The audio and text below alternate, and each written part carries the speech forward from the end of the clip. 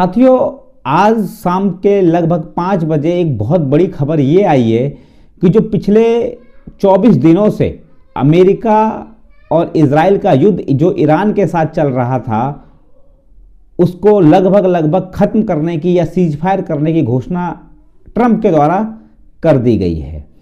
Trump का 5 बजे के आसपास ट्वीट आता है और ट्वीट के जरिए वो ये बताते हैं कि भैया अमेरिका और ईरान के बीच पिछले 2 दिनों से बातचीत चल रही है और बातचीत का जो रिस्पॉन्स है वो बिल्कुल पॉजिटिव जा रहा है।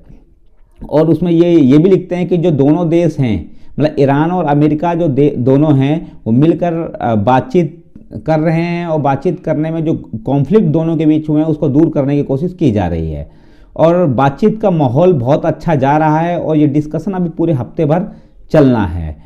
इसलिए ट्रंप ने अपनी मिलिट्री से ये कहा है कि भैया 5 दिनों के लिए ईरान के पावर प्लांट्स और एनर्जी पर कोई भी अटैक नहीं किया जाएगा।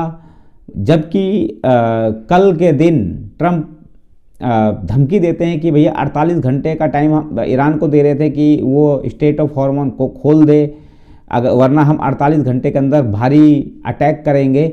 लेकिन ट्रंप ने आज फिर दोबारा अपनी बात से पलट गए हैं, क्योंकि ट्रंप का तो हमने देखा है कि वो हर घंटे या हर 2 घंटे में या डेली वो अपने जो बातचीत कहते हैं, अपने ही स्टेटमेंट से वो बात में पलट जा रहे हैं। अब स्टेटमेंट ये तो दी है कि भैया सीज फायर हो रही है, हम सीज फायर की घोषणा करते हैं और हमारे बीच में पॉजिटिव रिस्पांस जा रहा है। तो भैया अब जो 24 दिनों से जो युद्ध की स्थिति जो बनी हुई थी, जो युद्ध चल रहा था, बनी क्या हुई थी, युद्ध चल रहा था, अब वो खत्म होने के कगार पर आ चुका है। तो ट्रंप ने अब इसमें क्या कहें, समझदारी दिखाई है या ट्रंप ने सरेंडर कर दिया है ईरान के सामने?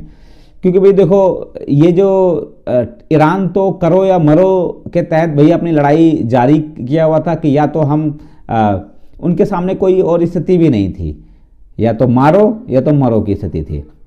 लेकिन घुटने नहीं टेके ईरान ने, और अमेरिका इस चीज़ को अच्छी तरह समझ गया और बहुत सारे विश्व के जो देश हैं